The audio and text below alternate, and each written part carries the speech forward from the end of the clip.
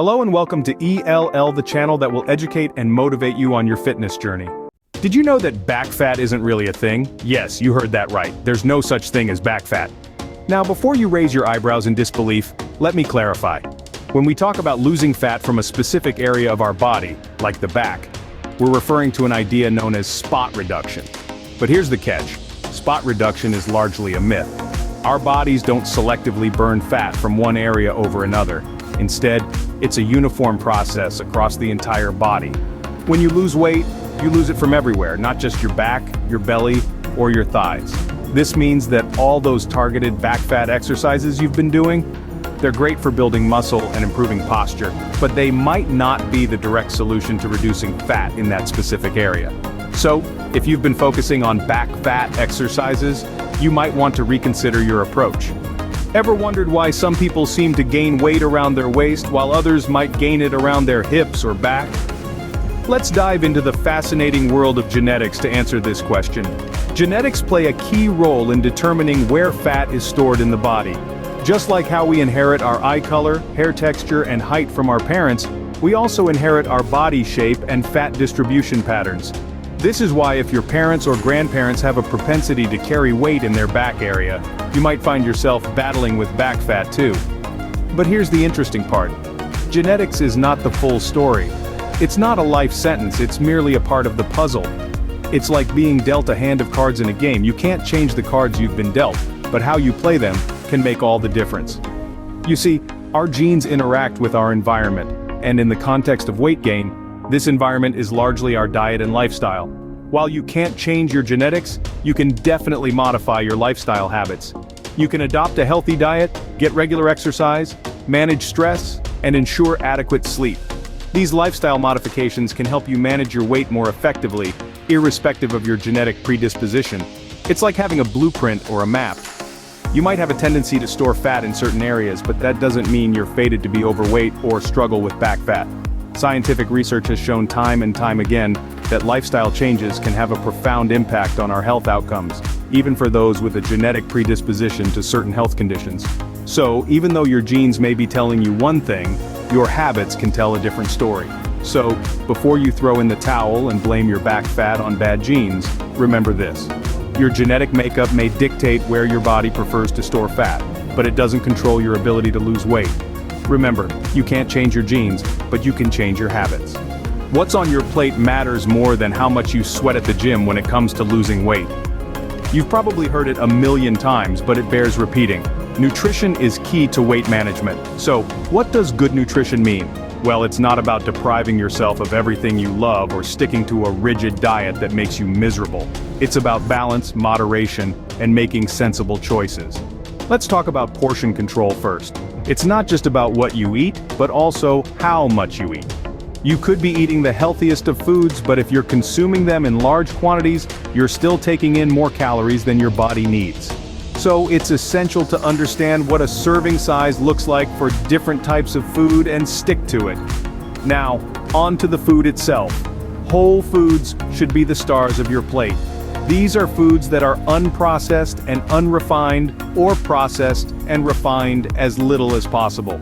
They're packed with nutrients that your body needs to function optimally. Think fruits, vegetables, lean meats, whole grains, and legumes. These foods are naturally lower in calories, which helps with weight management, and they're also high in fiber, which keeps you feeling full and satisfied. On the flip side, try to limit your intake of processed items. These are often high in added sugars, unhealthy fats, and sodium, a triple threat when it comes to weight gain. They're also typically low in nutrients and high in calories, which means they don't provide much bang for your nutritional buck.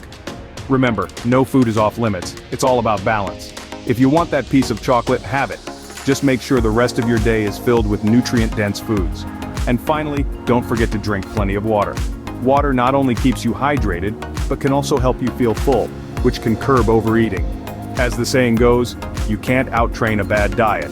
So, focus on nourishing your body with good food, and the rest will follow. While diet is king for weight loss, exercise is the queen. Now let's dive into the power of exercise and how it can help you achieve your weight loss goals. Regular exercise is a key player in the weight loss game. It's like the queen on a chessboard, with the power to move in any direction and make significant changes. But how does it do this? Well, exercise, especially a combination of strength training and cardio, helps burn calories. When you're moving, your body is working, and when your body works, it burns fuel. That fuel is calories, and the more you burn, the more weight you lose. Strength training in particular is a powerful tool in your fat loss arsenal. You see, muscles are like little calorie burning factories. The more muscle you have, the more calories you burn, even when you're resting. So, by lifting weights or doing body weight exercises, you're not only burning calories during the workout, but also boosting your metabolism for hours after. Cardio, on the other hand, is the quick calorie burner. Whether it's running, swimming, cycling, or even a brisk walk, cardio gets your heart rate up and your body in the calorie burning zone. It's like setting your fat on fire, stoking the flames with every step, stroke, or pedal. But here's the thing, it's not about spending hours at the gym or running until you drop. It's about finding a balance and a routine that works for you. Some days you might lift weights, other days you might go for a run or a swim. The key is consistency. Regular exercise combined with a balanced diet is the most effective way to lose weight and keep it off. So think of exercise as your queen, moving strategically around the board, burning calories, building muscle, and helping you conquer your weight loss goals. And remember, it's not about working harder, but working smarter. Weight loss is not a sprint, it's a marathon. Now let's dive into the importance of patience and consistency when it comes to losing back fat.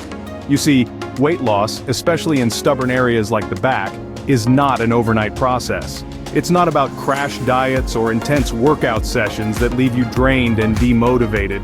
It's about making sustainable changes to your lifestyle, changes that you can stick with for the long haul. Think about it.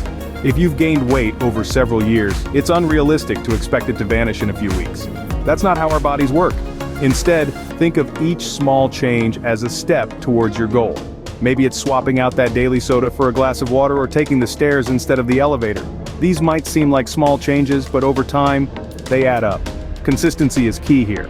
It's better to make small, consistent changes that you can maintain rather than drastic changes that you abandon after a few weeks.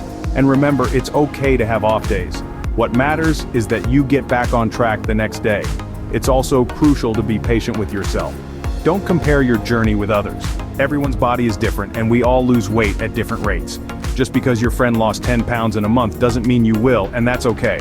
Your journey is your own, and it's not a race. Now let's talk about the importance of celebrating small victories. Maybe you can do a push-up for the first time, or you've successfully cut out processed foods from your diet. These are all victories worth celebrating. They show that you're making progress, even if it's not immediately visible on the scale. And finally, remember to keep your eyes on the prize. It's easy to get discouraged when progress is slow, but remember why you started this journey in the first place. Hold on to that motivation and use it to fuel your persistence. Remember, good things take time. Be patient with yourself.